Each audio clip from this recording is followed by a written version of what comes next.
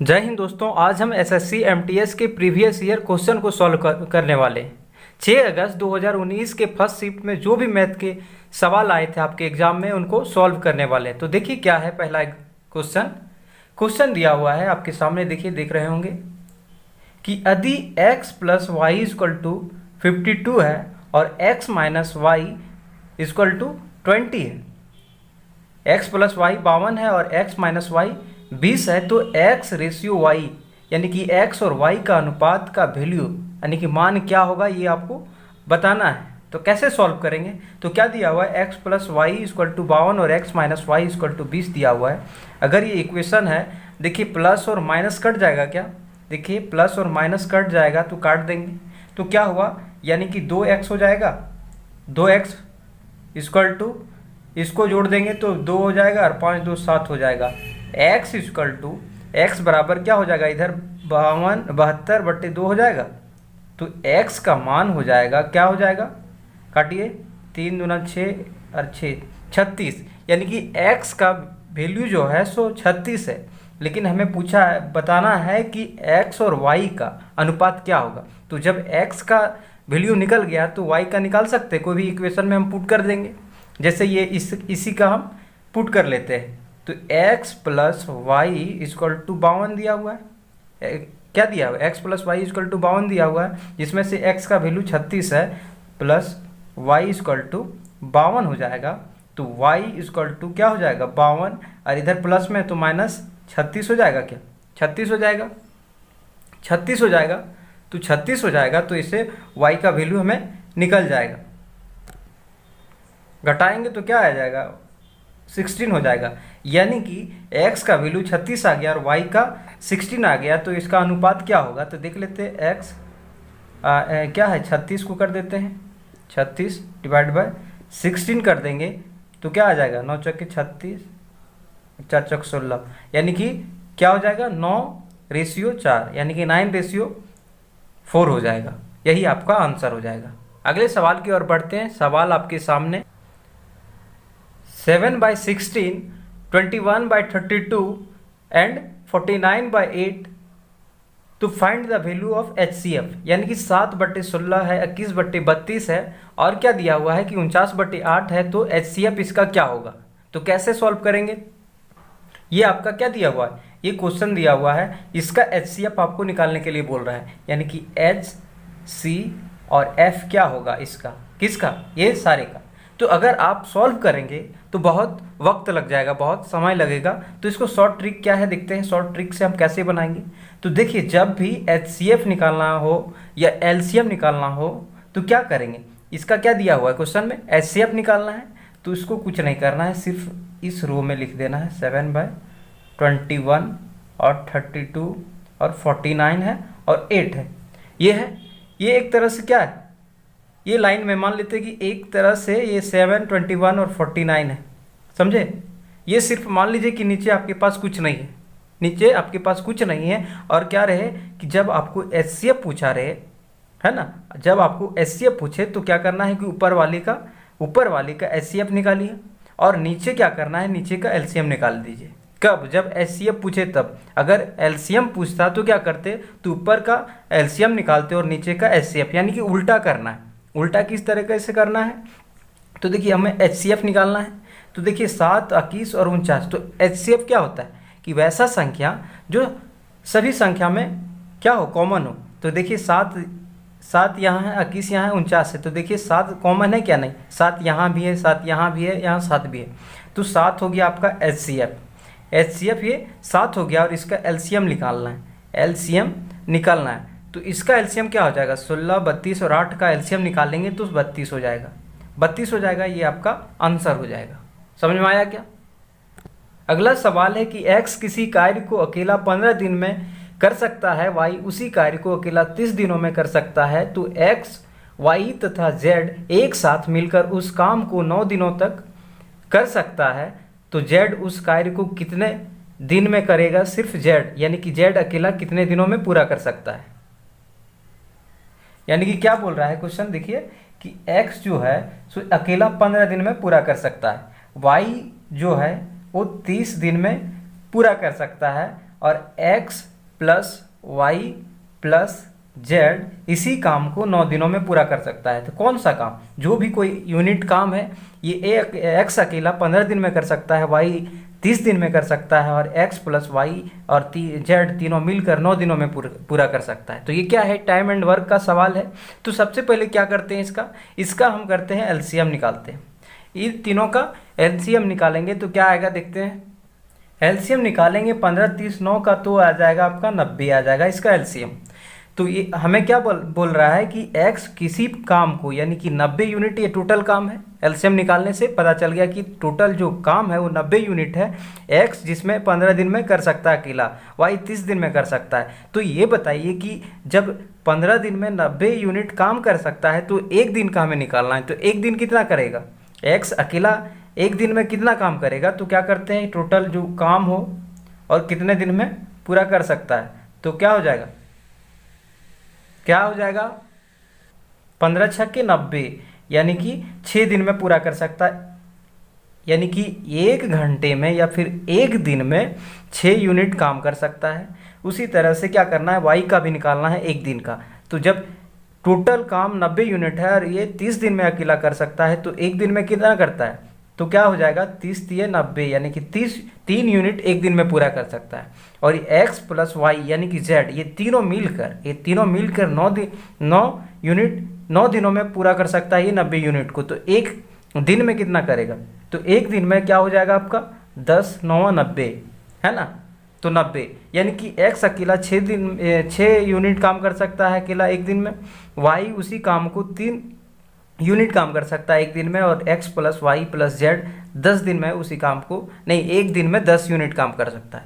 तो जब निकल गया x का निकल गया 1 यूनिट, कितना यूनिट कर सकता है, y कितना कर सकता है, तो z हमें निकालना है। तो क्या करना है कि देखिए x plus Y plus Z ये टोटल कितने दिनों में पूरा कर सकता है, एक दिन में कितना काम करता है, तो ये 10 यूनिट काम कर सकता है। टोटल तो 90 यूनिट है, लेकिन एक दिन में ये तीनों मिलकर 10 यूनिट काम करता है, तभी ना 9 दिनों में पूरा कर सकता है। तो जिसमें से x दिया हुआ है, एक दिन में कितना 6 यूनिट काम कर सकता है, और y कितना यूनिट काम कर सकता है एक दिन में, तो 3 यूनिट।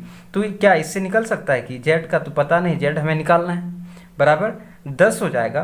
तो अगर 6 3 9 यानी कि z इक्वल टू 10 माइनस 9 कर देंगे तो z इक्वल टू एक दिन में 1 यूनिट काम कर सकता है। ये समझ में आ गया होगा। जब z एक दिन में 1 यूनिट काम कर सकता है तो z उसी काम को कितने दिनों में पूरा कर सकता है। जब एक दिन में 1 यूनिट काम कर सकता है तो कितना यूनिट काम है, 90 यूनिट टोटल है। तो 90 दिन टोटल काम है, तो कैसे निकालेंगे, जब एक दिन में 1 यूनिट काम कर सकता है तो 90 दिन में 90 यूनिट काम करेगा, यही आपका आंसर हो जाएगा। यानी कि 90 दिन में टोटल काम कर लेगा, यानी कि 90 दिन में 90 यूनिट काम करेगा, ये 90 आपका आंसर हो जाएगा। देखिए अगला सवाल क्या है कि यदि x plus Y plus Z equal to 360 है तथा x y और z का जो रेशियो है ना 4 3 और 2 है, तो x plus Y minus Z का मान क्या होगा। तो कैसे निकालेंगे, दिया हुआ है, ये देख लीजिए, पढ़ लीजिए आराम से क्वेश्चन कि x plus Y plus Z equal to 360 है, और रेशियो के अनुपात क्या दिया हुआ है, x अनुपात y अनुपात z का क्या दिया हुआ है, 4 अनुपात 3 अनुपात 2 दिया हुआ है। हमें पूछ रहा है कि क्या पूछ रहा है हमें कि y plus Z minus x का अनुमान क्या हो जाएगा, यानी कि वैल्यू क्या होगा। तो हमें सबसे पहले y का वैल्यू निकालना होगा, z का निकालना होगा और x का निकालना होगा। तो कैसे क्या करना है देखते हैं। जब x plus Y plus Z 360, ठीक है, ये 360 दिया हुआ है, तो x ratio y ratio z ratio को जोड़ देंगे तो क्या हो जाएगा, 4 3 7 2 9 हो जाएगा क्या, यानी कि 9 बराबर 360, तो 1 बराबर क्या हो जाएगा, तो 1 बराबर हो जाएगा 360 डिवाइड बाय 9, तो 9 चौके 36 यानी कि 40 हो जाएगा 1 का वैल्यू। जब 1 का वैल्यू 40 हो गया, यानी कि 1 का वैल्यू क्या हो गया 40 हो गया, तो क्या करना है हमें निकालना है कि y plus Z minus x, एक का क्या हुआ, वैल्यू निकल गया। हमें क्या करना है, अनुपात दिया हुआ है, यानी कि निकालना है हमें y plus Z minus x निकालना है। तो जिसमें से y का देखिए अनुपात दिया हुआ है 4 दिया हुआ है, प्लस z देखिए क्या दिया हुआ है, z दिया हुआ है ना, तो माइनस कर देंगे 4। क्यों किए, क्योंकि 4 दिया हुआ है, सॉरी 3 दिया हुआ है ना, इसका वैल्यू y का वैल्यू 3 दिया हुआ है, अनुपात में 3 दिया हुआ है, यानी कि जोड़ेंगे, ये 3 है, ये 3 है, तो 3 प्लस 2 5 माइनस 1, यानी कि 5 माइनस 1। जब 5 माइनस 1 करेंगे तो क्या हो जाएगा, 5 माइनस 4 ना करेंगे, 3 2 5 माइनस 4, यानी कि 1 आ गया।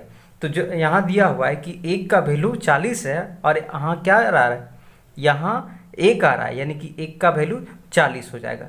यही आपका आंसर हो जाएगा, 40 आपका यही आंसर हो जाएगा। नहीं समझ में आया तो देखिए कैसे किए हैं, क्योंकि 1 का वैल्यू 40 है। मान लेते कि यहाँ क्या रहता, यहाँ कुछ 6 रहता और 4 रहता, मान लेते कि यहाँ 6 रहता और यहाँ 4 रहता, 6 और 4 चला जाएगा 6 में, तो 2 बचेगा। तो 1 का वैल्यू क्या था, 40 था, तो 2 का वैल्यू क्या हो जाता, 40 दूना 80 हो जाता। इसलिए जब 1 आया है तो 1 का वैल्यू 40 ही है, तो इसलिए हम 40 पुट कर दिए, यही आपका आंसर हो जाएगा।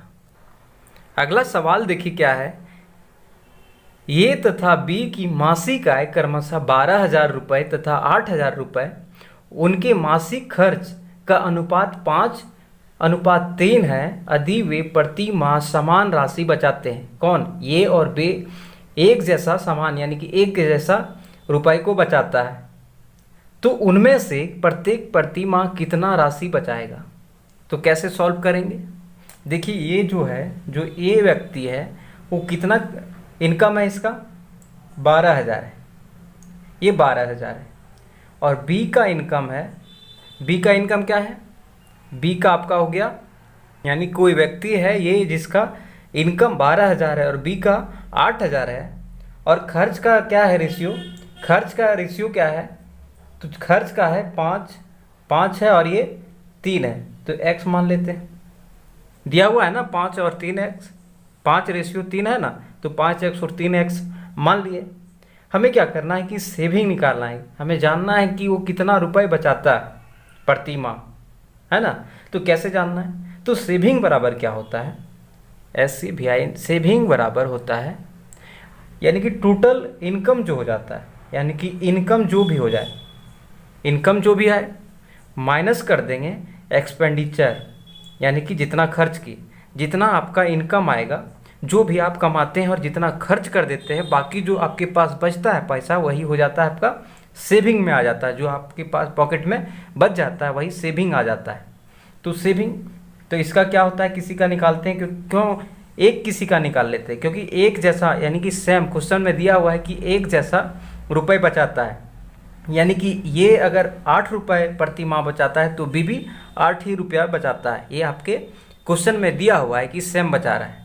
तो एक किसी का निकाल लेते हैं, क्या निकालना है, मान लेते हैं इसका निकालते हैं, यानी कि 12,000 रुपये कमाता है, जिसमें से 5 इसका खर्च है ना, 5 देखिए ना, x है 5:3 है, तो x इसलिए ये एक्सपेंडिचर हो गया, ये खर्च करने का है ना, ये एक्सपेंडिचर और ये इनकम है, ये इनकम है, इनकम ये 12,000 है, एक्सपेंडिचर यानी कि खर्च 5x कर देता है, तो 12,000 माइनस 5x कर देंगे तो सेविंग आ जाएगा क्या, और इधर इक्वल टू है, तो 8,000 एक बंदा कमाता है, जिसमें से 3x खर्च कर देता है, तो क्या निकालना है कि देखिए कितना निकालते हैं, तो यहाँ क्या करना है कि घटा देना है, यहाँ 12,000 और 8,000 इधर आएगा, तो क्या हो जाएगा, अगर 12,000 माइनस 8,000 कर देंगे, और इधर हो जाएगा आपका 5x, इधर है ना, इधर माइनस 3x है, और ये इधर आ जाएगा, तो प्लस 5x हो जाएगा, 5x होगा क्या नहीं, तो 12 और 8 घटाएंगे 12,000, तो 4,000 बच जाएगा, 4,000 होगा ना, कैसे किए, क्योंकि 12,000 माइनस 8,000 तो 4,000 हो जाएगा, और देखिए माइनस 3 है, 3x है प्लस 5x है, तो 2x हो जाएगा, 2x होगा क्या नहीं, तो x का वैल्यू हमें निकल रहा है, यानी कि x बराबर हो जाएगा 4000/2, यानी कि 2000, ये आपका x का वैल्यू हो जाएगा। यानी कि जब x का वैल्यू निकल गया, हमें सेविंग पूछा है और दोनों का, ये और b का सेम सेविंग है, इक्वल सेविंग है, तो किसी का हम ले लेते हैं। यानी कि 12,000 रुपये बेचारा वो जो कमाता है उसमें से 5x खर्च कर देता है, तो ये हो जाएगा सेविंग, आ जाएगा आपका सेविंग, आएगा क्या, सेविंग हो जाएगा। तो 12,000 और x का वैल्यू निकल गया, कितना, 2,000 है। तो 12,000 माइनस 5 गुने x का वैल्यू 2,000 है, तो 2,000 कर देंगे। 2,000 जब करेंगे तो देखिए घटाइए, तो 12,000 ये हो जाएगा ना, 5 दूना 10,000, यानी कि 12,000 रुपये कमाता है और 5 दूना 10, 10,000 ये खर्च कर देता है, तो कितना रुपए बचा, तो 2,000 सेविंग करता है, यही आपका आंसर हो जाएगा। जब ये 2,000 सेविंग कर रहा है तो वास्तव में बी भी 2,000 ही करेगा, क्योंकि क्वेश्चन में दिया हुआ है कि दोनों एक जैसा सेविंग करता है, तो 2,000 आपका आंसर हो जाएगा। अगला सवाल देखिए क्या है कि किसी वस्तु का लागत मूल्य 1,800 रुपये है, यदि लाभ 32% हो तो विक्रय मूल्य क्या होगा। यानी कि कोई वस्तु है जिसका लागत, यानी कि सीपी क्या हो जाएगा, लागत मूल्य को ही सीपी बोलते हैं, 1,800 रुपये हो जाएंगे, 1,800 रुपये हो जाएगा। और क्या बोलता है कि अगर वो 32% लाभ पर, यानी कि 32% लाभ हो तो विक्रय मूल्य क्या होगा। तो क्या करने हैं कि 1,800 का 32% निकालिए, 1,800 का 32% निकालिए, काट दीजिए 2 0, यानी कि 18 गुने 32 जो भी आएगा आपका उसको 1,800 प्लस जो भी आएगा उसको जोड़ देंगे तो आंसर निकल जाएगा। लेकिन हमें डायरेक्ट देखते हैं क्या, डायरेक्ट निकालने से क्या आता है क्या, तो डायरेक्ट कैसे निकालेंगे, 1,800 दिया हुआ है तो 1,800 का 32% हमें निकालना है। तो देखिए 1,800 का अगर हम 132 निकालेंगे, 132% यानी कि 100% पे अधिक कितना हो रहा है, 32% लाभ हो रहा है, तो 132 हो जाएगा, 100 कर देंगे। तो क्या करना है कि 132 किए तो अब 1,800 में अब नहीं जोड़ना होगा, जो आएगा काट के वही आंसर हो जाएगा, इसलिए हम आपको वो नहीं बताए। देखिए तो 1,800 प्लस 132, 1,800 गुने 132/100 करेंगे तो 2 0 कट जाएगा। तो जब 18 गुने 132 को सॉल्व करेंगे, 18 गुने 132 को गुना करेंगे तो क्या आ जाएगा, 2 3 7 6, यानी कि 2376, यही आपका आंसर हो जाएगा। अगला सवाल देखिए क्या है कि 3,000 रुपये की राशि को 20% प्रति वर्ष चक्रवृद्धि ब्याज की दर से निवेश किया गया, तो 2 वर्षों का चक्रवृद्धि ब्याज क्या होगा। तो देखिए कोई आदमी है, ठीक है, 3,000 रुपये लेता है, 3,000 रुपये लेता है, चक्रवृद्धि यानी कि CI कंपाउंड इंटरेस्ट से लेता है ना, CI से लेता है, CI पर लेता है। तो क्या होता है CI में जो भी आएगा कि 3,000 का तो ये इंटरेस्ट लेगा ही लेगा, लेकिन इससे जो 3,000 का 20% जो आएगा ना, कितना लिया है, 3,000 का 20% देखते हैं क्या होता है। तो 3,000 का 20% ये पहला साल का निकल जाएगा, ये पहला साल का निकल जाएगा ये इंटरेस्ट। तो 1 2 0 2 0 यानी कि 3 दूना 6, 600 आ जाएगा, 600 आ जाएगा। यानी कि पहले साल जो होगा वो 600 रुपये लेगा, किसका, 3,000 का सिंपल इंटरेस्ट। लेकिन CI में क्या होता है, सिंपल कंपाउंड इंटरेस्ट में क्या होता है कि जो भी 600 क्या है, इंटरेस्ट है ना, ब्याज है, तो ब्याज का भी 20% आपको अलग से देना होगा, यानी कि ब्याज का भी यहाँ परसेंट चलता है। तो देखिए पहला साल 600 है, तो दूसरा साल भी 3,000 का 600 ही होगा, 600 हो जाएगा। लेकिन दूसरा साल जो होगा वो 600 का 20% आपको अधिक देना होगा, क्योंकि ये पहला साल का 600 हो जाएगा और दूसरा साल क्या बोले कि 600 का 20%, यानी कि ब्याज का भी ब्याज चलता है। तो 600 का अगर हम 20% निकालते हैं, 20% तो 2 0 0 120, 6 दूना 12, यानी कि 120। यानी कि पहला साल जो होगा, पहला साल कितना देगा, 600 रुपये देगा, दूसरे साल भी दूसरे साल भी 600 रुपये देगा, किसका? 3000 का। लेकिन जो 3000 यानी कि दूसरे साल ये 600 क्या हो जाएगा? मूलधन में बदल जाता है, समझे क्या ना? तो 120 रुपये और देना होगा। तो जोड़ेंगे 6 6 12 13, 1320 रुपये आपको देना होगा 2 साल में। अगला सवाल देखिए क्या है कि किसी वस्तु को 20% लाभ तथा 18% हानि पर बेचने पर विक्रय मूल्य का अंतर 570 रुपये है। यदि इसे 12% हानि पर बेचा जाए तो वस्तु का विक्रय मूल्य कितना होगा?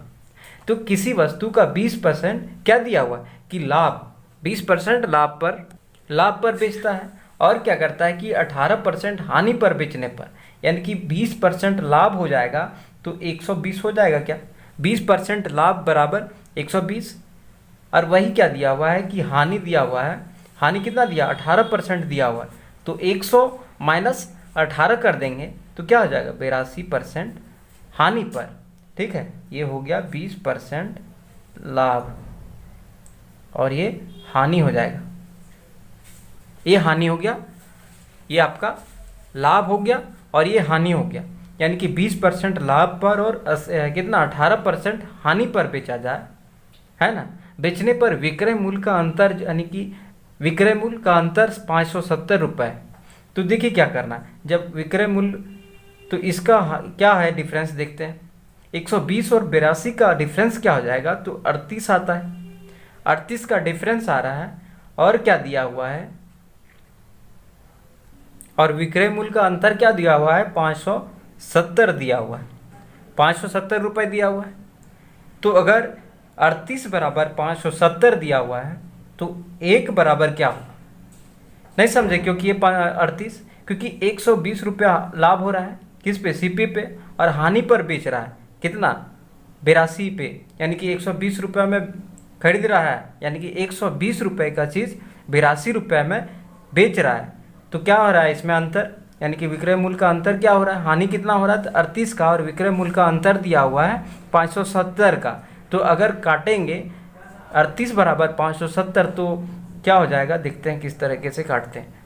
19 दूना 38 हो जाएगा और 19 तिया 57 हो जाएगा, तो 30 हो जाएगा। यानी कि 2 बराबर 30, तो 1 बराबर 15 हो जाएगा क्या? 1 बराबर 15 हो जाएगा। हमें क्या निकालना है? हमें परसेंट, यानी कि सीपी निकालना है। तो सीपी हमेशा क्या होता है? सीपी हमेशा 100% होता है। सीपी हमेशा 100% होता है। तो सीपी जब 100% होता है, जिसमें से मान लेते हैं कि 1% दिया हुआ है, तो 100% क्या हो जाएगा? जब 1% बराबर 15 है तो 100% बराबर क्या हो जाएगा? 1500 हो जाएगा। 1500 होगा क्या? नहीं। उसके बाद बोल रहा है कि इसे 12% हानि पर बेचा जाए। किसे? 1500 का। तो 1500 का 12% क्या होता है? 1500 का 12% क्या होता है देखते हैं। तो 1500 का 12% करेंगे तो 2020 12 इंटू 15 हो जाएगा। क्या हो जाएगा? यानी कि 12% हानि होता है। तो 12% हानि, यानी कि 100% में अगर हम 12% कर दें, घटा रहे हैं क्योंकि हानि हो रहा है, तो कितना हो जाएगा? 88% हो जाएगा। 8 और 8 यानी कि 88% हो जाएगा। यानी कि 88%। तब बेच कितना में रहा है? तो 1500 का 88% निकालते हैं। 88% निकालेंगे तो क्या करना है? देखिए 20 कट जाएगा, यानी कि 15 को 88 से गुना कीजिए। 15 को 88 से गुना कीजिए, आएगा कितना? 18 25 90, 0 18 25 90, और हो जाएगा आपका 1332। यानी कि देखिए 1320 रुपये आपका आंसर हो जाएगा। यही आपका 1320 आपका आंसर हो जाएगा। अगले सवाल की ओर बढ़ते हैं। सवाल आपके सामने है। एक वर्ग का विकर्ण 24 सेंटीमीटर है तो उसका परिमाप कितना होगा? तो देखिए क्या है, वर्ग कोई वर्ग है, मान लेते हैं कोई स्क्वायर है, ये वर्ग हो गया, ये हो गया, ये कटा हुआ है, डायगोनल बोलते हैं जिसको, विकर्ण बोलते हैं। तो विकर्ण, यानी कि विकर्ण कितना दिया हुआ है? 24 सेंटीमीटर दिया हुआ है। 24 सेंटीमीटर दिया हुआ है, तो क्या निकालना है? 24 सेंटीमीटर दिया है, हमें परिमाप निकालना है। तो मान लेते हैं कि भुजा ये है, भुजा होता है ना ये, तो ये इसका भुजा ये है और विकर्ण दिया हुआ ये। तो देखिए कहीं आपको पाइथागोरस परिमय से दिख रहा होगा, ये देखिए क्या इक्वेशन है, समकोण त्रिभुज जैसा बन रहा है। इसको सिर्फ ले रहे हैं, इसको हम ले रहे हैं, सिर्फ इसको ले रहे हैं, तो यही हुआ, यानी कि ये हो गया। और डायगोनल जब है, इसका डायगोनल ये है, तो अगर इसको क्या होता है, डायगोनल वर्ग का विकर्ण क्या होता है, ये √2 होता है, ये आप जानते होंगे। तो जब ये √2 होता है, ये √2 होता है विकर्ण, और दिया हुआ है क्या, 24 दिया हुआ है, 24 सेंटीमीटर दिया हुआ है। तो जब हम ये बराबर कर सकते हैं क्या, 24 गुने क्या कर सकते हैं, 24 गुने, और देखिए यहाँ √2 है तो इधर डिवाइड में आ जाएगा क्या।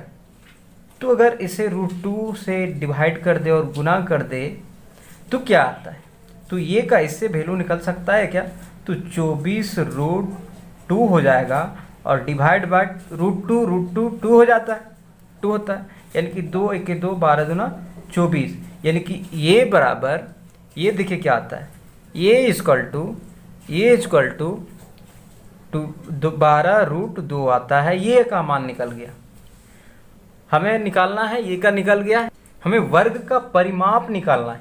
तो परिमाप बराबर क्या होता है, परिमाप बराबर होता है, देखिए ये फार्मूला होता है, परिमाप इक्वल टू 4a होता है, ये 4a होता है, समझे। तो 4 कांस्टेंट हुआ है, और ये का वैल्यू देखिए 12√2 है, 12√2 है। तो अगर 12 चौक 48 √2, ये आपका आंसर हो जाएगा, यही आपका आंसर होगा।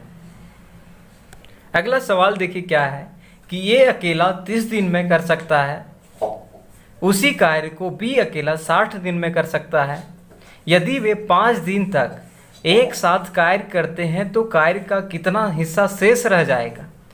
तो ध्यान से पढ़े क्वेश्चन, क्या बोल रहा है कि ये जो है वो 30 दिन में पूरा कर सकता है, कोई भी काम है जो 30 दिन में पूरा कर सकता है, बी उसी काम को 60 दिन में कर सकता है। तो ये भी टाइम एंड वर्क का क्वेश्चन है। तो सबसे पहले क्या करना है, ये दोनों का एलसीएम लेना है। एलसीएम क्या आता है, देखते हैं। 30 और 60 का एलसीएम 60 आएगा। हमें निकालना है एक दिन में कितना यूनिट काम कर सकता है। ये पता चल गया कि 60 यूनिट टोटल है, जिसमें से ये 30 दिन में पूरा कर सकता है और वही काम भी 60 दिन में पूरा कर सकता है। तो एक दिन में ये एक दिन में कितना यूनिट काम कर सकता है, तो 30 दूना 60 यानी कि 2 करेंगे, यानी कि एक दिन में 2 यूनिट काम कर सकता है ये अकेला। उसी काम को यानी कि 60 यूनिट काम को बी अकेला एक दिन में करेगा, क्योंकि ये देखिए 60 टोटल काम है और 30 दिन में पूरा कर सकता है ये। तो अगर काटेंगे तो क्या आ जाएगा, 2 आता है। और कैसे कि बी यानी कि टोटल काम 60 है और 60 दिन में पूरा कर सकता है, तो एक दिन में एक काम कर सकता है। तो हमें निकालना है कि शेष कितना रह जाता है। तो ये दोनों 5 दिन तक करता है, तो जब एक दिन में दोनों यानी कि ए प्लस बी एक दिन में कितना करेगा देखते हैं। एक दिन में ये 2 का यूनिट काम कर सकता है और ये 1 यूनिट करता है, तो टोटल क्या हो जाएगा, 2 + 1 कर देंगे तो 3 हो जाएगा। यानी कि एक दिन में ये दोनों 3 यूनिट काम कर सकता है, तो 5 यूनिट काम करता है ना। दिया हुआ क्वेश्चन में देखिए कि 5 दिन तक साथ में करता है, तो एक दिन में 3 यूनिट, तो 5 दिन में क्या हो जाएगा, 5 × 3 = 15 हो जाएगा। 3 से गुना करेंगे तो 15 यूनिट, यानी कि 15 यूनिट खत्म कर देता है। तो शेष कितना बच गया, तो देखिए टोटल यूनिट, देखिए आपका टोटल जो यूनिट है, टोटल यूनिट 60 है, जिसमें से 5 दिन दोनों साथ में काम करके 15 यूनिट खत्म कर देता है। तो शेष क्या बच जाएगा, 5 और 5 में 1 4 हो जाएगा। ये हो गया 4 यूनिट काम बच गया। हमें पूछा क्या क्वेश्चन कि कार्य का कितना हिस्सा शेष रह गया, यानी कि टोटल वर्क का कितना हिस्सा शेष रह गया। तो देखिए कितना बच गया, 45 बच गया, यानी कि 45 यूनिट बचा, या जब दोनों 5 दिन तक पूरा किया तो 45 यूनिट पूरा कर दिया।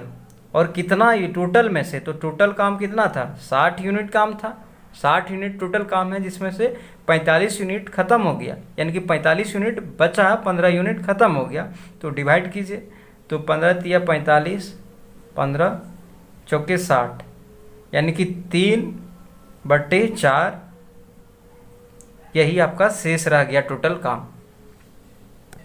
अगला सवाल है कि एक कार 24 मिनट में 18 किलोमीटर दूरी तय कर सकती है। किसी बस की गति कार की दोगुनी है, यानी कि कार 2 किलोमीटर पर आवर चलेगा तो क्या होगा, बस 4 किलोमीटर पर आवर चलेगा, दोगुनी है। तो बस 135 किलोमीटर दूरी कितना मिनट में तय करेगा। तो हमें सब में क्या करना है कि कार की चाल निकालना है। तो कार की जो चाल है क्या हो जाएगा, चाल बराबर क्या होता है, चाल क्या निकल जाएगा, 18 किलोमीटर चल रहा है और 24 मिनट में, है ना। 24 मिनट में क्या होता है कि 18 किलोमीटर और 24 है, चाल बराबर होता है डिस्टेंस, है ना, स्पीड बाय टाइम।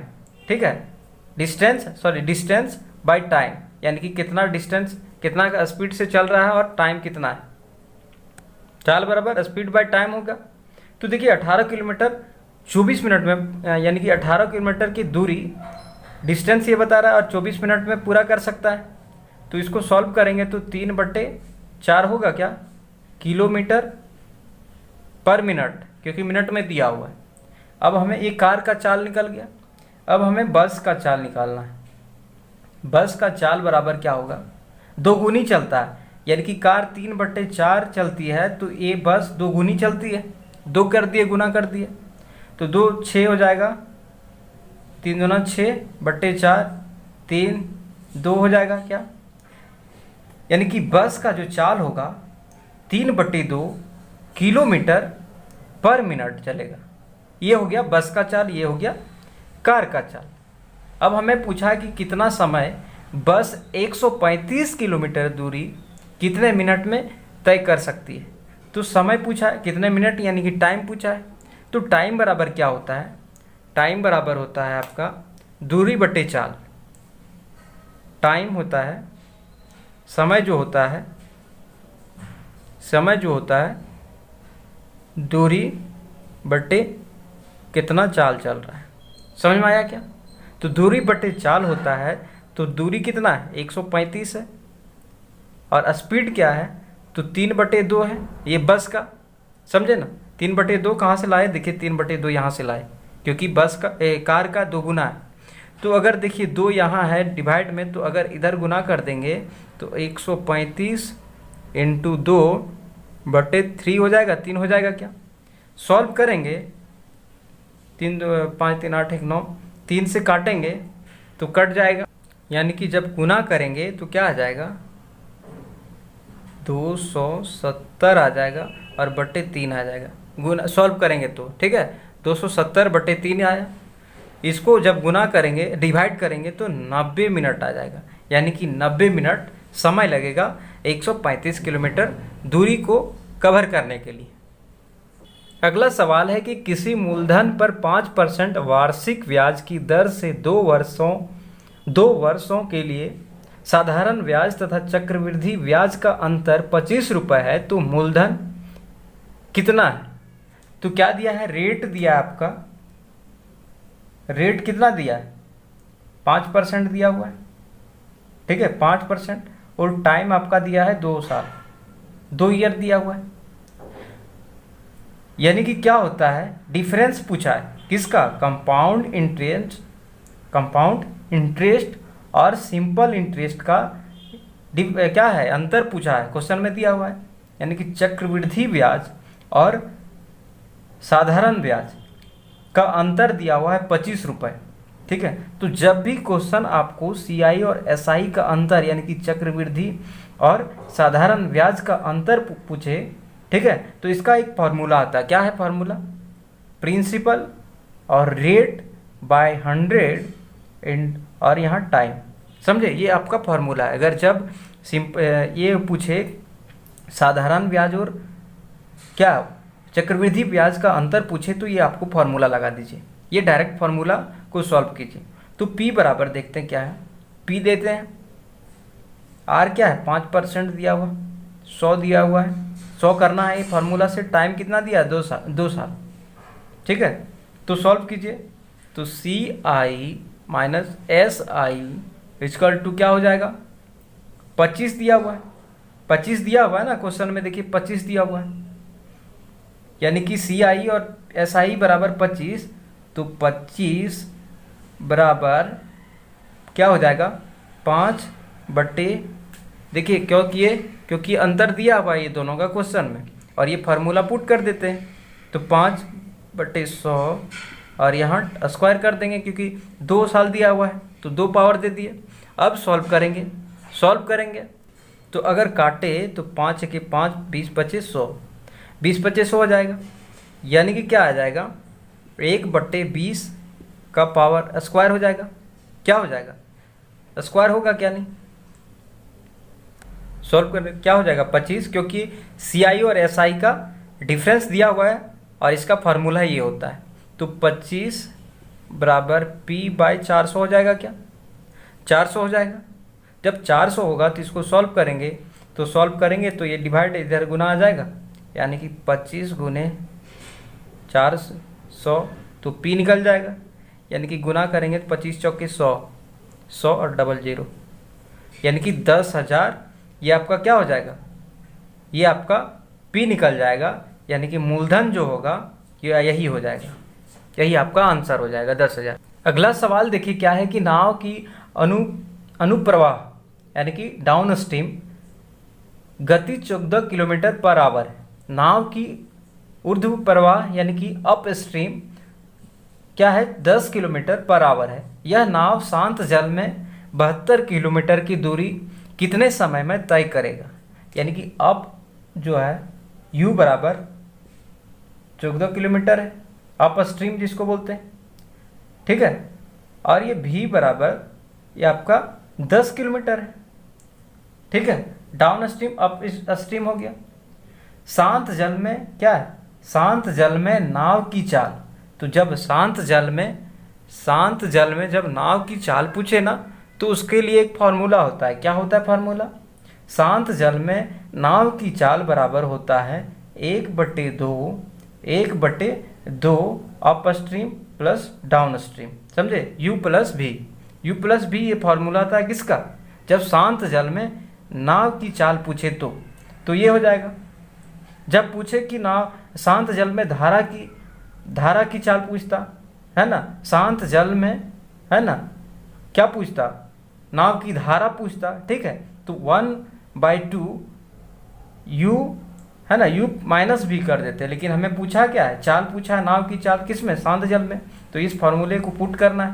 तो 1/2 u बराबर 14 दिया हुआ है प्लस भी कितना 10 दिया हुआ है, तो 1/2 क्या हो जाएगा 20 और 4 24 हो जाएगा, 24 होगा क्या नहीं, यानी कि जब करेंगे तो 2 1 2 12 2 24, यानी कि 12 किलोमीटर आपको लगेगा, कितना 12 किलोमीटर लगेगा, 12 किलोमीटर पर आवर की स्पीड चल रहा है, 12 किलोमीटर की पर आवर से चल रहा है, तो हमें टाइम पूछा है, यानी कि कितना समय लगेगा 72 किलोमीटर दूरी को तय करने में। तो 1 घंटा में 12 किलोमीटर चल रहा है, तो 72 किलोमीटर कितना चलेगा, तो क्या होता है टाइम बराबर दूरी बटे चाल, यानी कि डिस्टेंस बाय स्पीड होता है। तो 72 किलोमीटर दूरी है और चाल कितना है 12 किलोमीटर पर आवर चल रहा है।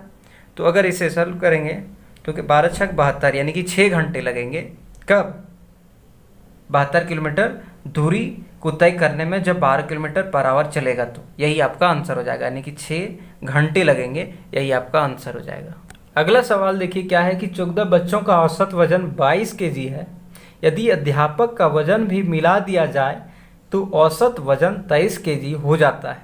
तो अध्यापक का वजन कितना है, तो देखिए 14 बच्चों का क्या है 22 kg है, ये एवरेज वेट है, ठीक है, एवरेज वेट है, ये एवरेज वेट है, और प्लस कर देंगे टीचर आएंगे, टीचर जब आते हैं तो क्या होता है 23 kg था, यानी कि 22 kg एवरेज वजन क्या था 14 बच्चों का वेट था, और प्लस टीचर आ जाते हैं, कितना एक टीचर। तो देखिए 22 बच्चे हैं, 22 kg वजन है, है ना, प्लस एक टीचर आ जाते हैं, एक टीचर आ जाते हैं, और किसका, बच्चों का, तो बच्चे कितने हैं, 14 है, और एक टीचर भी आ जाते हैं, ठीक है, 14 प्लस एक कर देंगे, ये टीचर का आ गया, ये टीचर का आ गया, ये बच्चा है, और ये एक टीचर आ जाते हैं, तो औसत वजन पूछा है ना, तो इसको सॉल्व करेंगे, सॉल्व करेंगे तो क्या हो जाएगा, 22 प्लस 1 गुने 15 हो जाएगा, 22 प्लस 1 गुने 15 करेंगे तो 15, 30 और 37, यानी कि 37 आंसर हो जाएगा। अध्यापक का वजन कितना होगा, तो 37 kg हो जाएगा। अगला सवाल देखिए क्या है कि किसी वर्ग की अंतः त्रिज्या तथा परित्रिज्या का अनुपात क्या होगा। वर्ग का तो परित्रिज्या और क्या है, अंतः त्रिज्या, तो कोई भी ये सर्कल है, सर्कल है, ये मान लेते सर्कल है, ठीक है, और उसका क्या, ये वर्ग का है ना, वर्ग है, वर्ग की अंतः त्रिज्या पूछा है, यानी कि ये वर्ग हो जाएगा,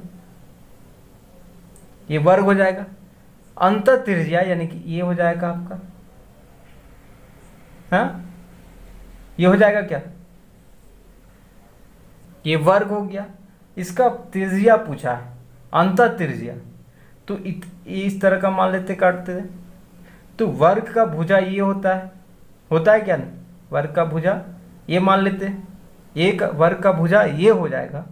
तो हमें पूछा है कि अंतः त्रिज्या यानी कि रेडियस पूछा है इसका, अंदर वाले का, तो यहाँ से यहाँ का दूरी, देखिए यहाँ से यहाँ का दूरी ये है, हमें पूछा है सिर्फ त्रिज्या, यानी कि त्रिज्या यहाँ से यहाँ का दूरी होता है ना, यहाँ का, तो क्या करेंगे, बटे 2 कर देंगे तो निकल जाएगा क्या, वर्ग का अंतः त्रिज्या, यानी कि a बटे 2 हो जाएगा। कैसे किए, क्योंकि ये वर्ग है मान लेते हैं, इसका त्रिज्या मान लेते हैं कोई है, यानी कि भुजा जब ये है यहाँ से यहाँ तक, यहाँ से यहाँ की दूरी ये है ना, तो हमें आधा निकालना है, क्योंकि रेडियस हमें निकालना है, तो क्या होता है, d का आधा होता है r, तो r यानी कि आधा होता है, तो a/2 कर दिए, यानी कि वर्ग का अंतः त्रिज्या क्या हो जाएगा, a/2 हो जाएगा। उसके बाद पूछा है कि परित्रिज्या किसका, वर्ग का परित्रिज्या, तो परित्रिज्या यानी कि ऊपर वाले, तो ये मान लेते हैं कोई वर्ग है, ठीक है, वर्ग है, और इसका ऊपर वाले ये मान लेते कोई ये है, यानी कि इसका आपको निकालना है रेडियस, परित्रिज्या यानी कि इसके बाहर वाले। तो क्या करने की, जब ये जानते हैं कि डायगोनल बराबर क्या होता है, इसका डायगोनल क्या होता है, मान लेते कि ये इसका क्या है, भुजा ये है, ये है, ये है और ये, यानी कि हमें इतना ही निकालना है, हमें सिर्फ इतना ही निकालना है। तो देखिए क्या निकलता है, ये सिर्फ इतना निकालना है, मान लेते हैं कि ये है सिर्फ, तो इसका अलग से फॉर्मूला देखते हैं, इसका फिगर बनाते हैं। तो ये आपको दिख रहा है क्या, ये आपको दिख रहा है, यानी कि ये जब ये है और ये है तो इसका क्या हो जाएगा, तो पाइथागोरस परिमेय से मान लेते कि ये समकोण त्रिभुज हो गया, यानी कि ये बेस हो गया, है ना, ये P हो गया, तो ये H हो जाएगा क्या, P हो जाएगा, सॉरी, है ना, P हो जाएगा। तो क्या होता है, इसको जोड़ेंगे तो क्या आएगा, क्या जब जोड़ेंगे तो a² प्लस a² रूट में देखते हैं ये है ना, पाइथागोरस परिमेय से करेंगे तो ये क्या हो जाएगा, 2√a² हो जाएगा क्या, नहीं, यानी कि ये √2 हो जाएगा, ये √2 हो जाएगा, समझे क्या। तो इसका परित्रिज्या क्या आ जाएगा, ये √2/2 हो जाएगा, 2 होगा क्या, नहीं। तो हमें दोनों का क्या अनुपात पूछा है, किसका, त्रिज्या और परित्रिज्या का अनुपात। तो त्रिज्या ये कितना है, ये √2 है, ये त्रिज्या है, और इसका पूछा है परित्रिज्या यानी कि a√2/2। तो जब a/2 अनुपात a√2/2 कर देंगे, 2/2 करेंगे तो ये से ये कटेगा क्या, 2 से 2 कट जाएगा, है ना, तो 1:√2 का यही आ जाएगा आंसर, यानी कि ये आपका आंसर हो जाएगा, यानी कि जो डिफरेंस होगा सो 1√2 हो जाएगा। अगर ये वीडियो आप लोगों को अच्छा लगा, सीख पाए, तो लाइक, शेयर, कमेंट और सब्सक्राइब करना ना भूलें। जय हिंद।